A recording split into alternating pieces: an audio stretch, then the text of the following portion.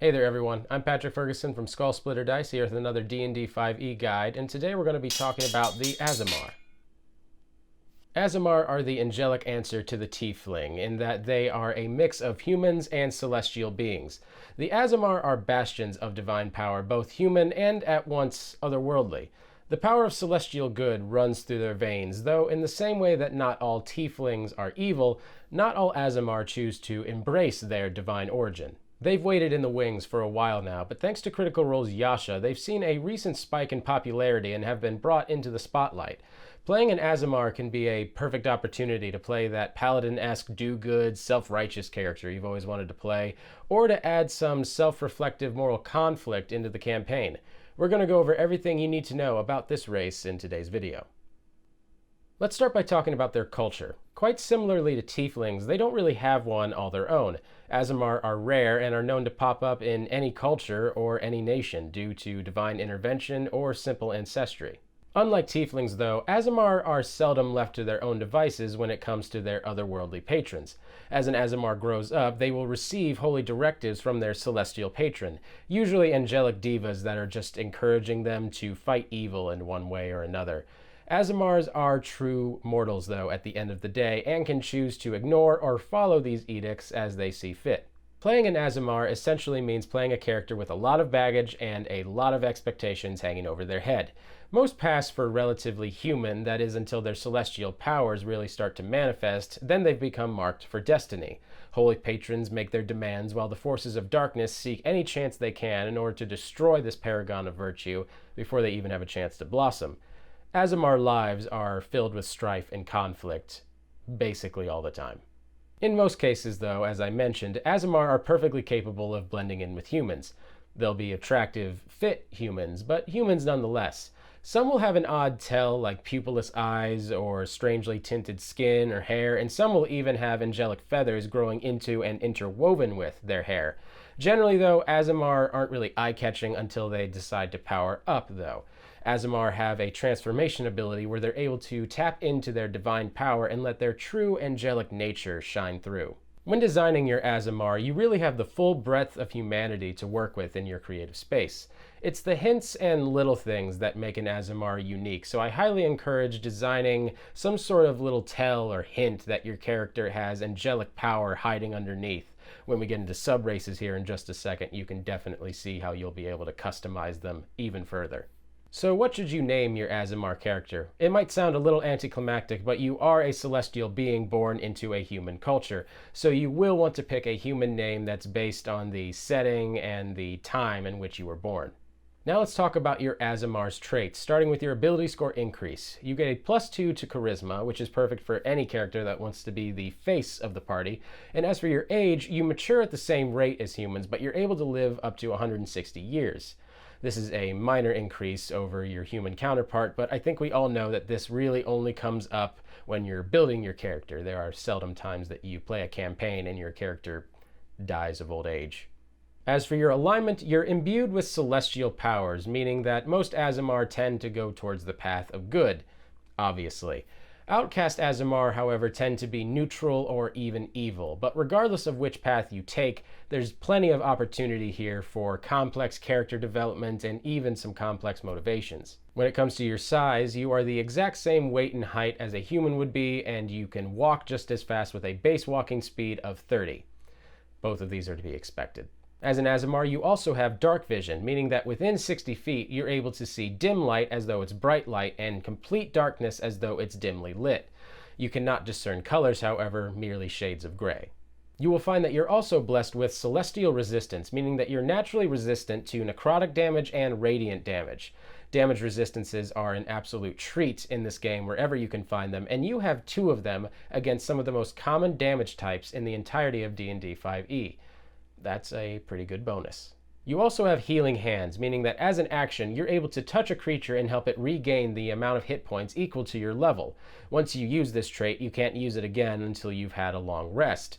Healing for your level is certainly nothing to sneeze at, though this will obviously be outclassed by any healing spell or other class healing abilities. As for the languages that you can speak, read, and write in, that consists of Common and Celestial. You'll find that many DMs love putting Celestial MacGuffins into their games, so this probably will come up. I briefly mentioned them earlier, but let's talk Aasimar subraces, of which you have 3 choices. There's the Protector, the Fallen, and the Scourge. You may also see stats for a variant Aasimar floating around out there, but I encourage you not to use these. These were in the Dungeon Master's Guide before we got the official rules in Volo's Guide to Monsters, and they're also noticeably worse, so just don't bother. Let's start with the Fallen Aasimar. This is a character who has been indoctrinated by dark powers either as a youth or decided to turn evil as an adult, a group of Aasimar whose inner light has been all but snuffed out by shadow. As a Fallen Aasimar, you get a strength score increase of +1, and starting at 3rd level, you get a rather interesting ability known as Necrotic Shroud. With Necrotic Shroud, you're able to use your action in order to unleash divine energy from within yourself, turning your eyes into pitch black pools of darkness and sprouting giant flightless skeletal wings from your back. The instant you transform, other creatures that are within 10 feet of you and can see you must make a saving throw in Charisma or risk being frightened by you until the end of your next turn. This transformation lasts for 1 minute, or until you decide to end it as a bonus action. Once on each of your turns, you can deal extra necrotic damage to a target of your choice when you deal damage to it with an attack or spell. The extra necrotic damage is equal to your level, and you cannot use this trait again until you finish a long rest. Next up is the Protector Aasimar, who are charged by the powers of good to guard the weak, to strike at evil wherever it may rise, and to stand vigilant against the forces of darkness. From a young age, a Protector Aasimar receives advice and directives that urge them to stand strong against evil. You get an ability score increase of +1 to Wisdom, and at level 3, you're able to use Radiant Soul. As many of you have guessed, yes, Radiant Soul is basically just the angelic version of Necrotic Shroud. Your wings are pretty, and your eyes are pretty, as opposed to evil and dark. The main difference here being that these wings give you a flying speed of 30 feet, and you're able to attack with extra radiant damage equal to your level whenever you deal damage to a single target with either an attack or a spell. And lastly, we have the Scourge Aasimar, who have a divine energy that blazes intensely within them. It feeds a powerful desire to destroy evil, which is at best unflinching and at worst all-consuming. Many Scourge Aasimar wear masks in order to contain this power and block themselves off from the rest of the world, only unmasking themselves when they charge into the field of battle. You get an ability score increase of +1 to Constitution, and you also get a trait known as Radiant Consumption. With this trait, you're able to unleash your divine powers by emitting a searing light from your eyes and mouth that can char your opponents. Your transformation lasts for 1 minute or until you decide to end it as a bonus action. During it, you shed a bright light in a 10-foot radius, or in a dimly lit situation, an extra 10 feet, and at the end of each of your turns, you and each creature within this radius take radiant damage equal to half your level rounded up. Half of your level, granted, may not seem like a lot, but it is automatic damage that uses a type that is rarely resisted in this game. So in my eyes, it's pure gold. As usual, let's end this video with some suggestions for builds. Aasimar ability scores lend themselves towards casters, while their actual abilities seem to lead towards martial characters. 5e is incredibly flexible, and therefore I think we were able to put together some builds that blend the best of both worlds here. Starting off with the anti-paladin. Paladins perfectly line up with those bonuses to charisma and strength that the Fallen Aasimar receive. The Oath of Conquest also grants an ability at 7th level called Aura of Conquest, which successfully freezes any opponents that are afraid of you, which your Necrotic Shroud can easily provide. And next we have Burning Hexblade. Hexblade Warlocks really want 2 things that Scourge Aasimar can provide, a bonus to charisma and more damage. Scourge Aasimar need to be able to recover more quickly, and Hexblade's curse provides this in droves, assuming you're able to take down your cursed foes in the first place. Divine, powerful, and utterly unique, this polar opposite to the tiefling offers some unique role-playing opportunities you can't get with any other official race.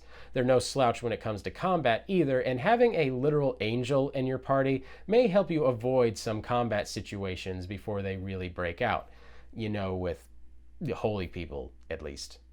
Thank you guys so much for watching. I really appreciate it. If you enjoyed this video, I encourage you to like and subscribe. We put out new videos like this every week, and be sure to leave a comment down below about what kind of Aasimar character you plan on building in the future, or if you've ever come up with any sort of unique backstory for your Aasimar. I am very interested in what you guys have to say.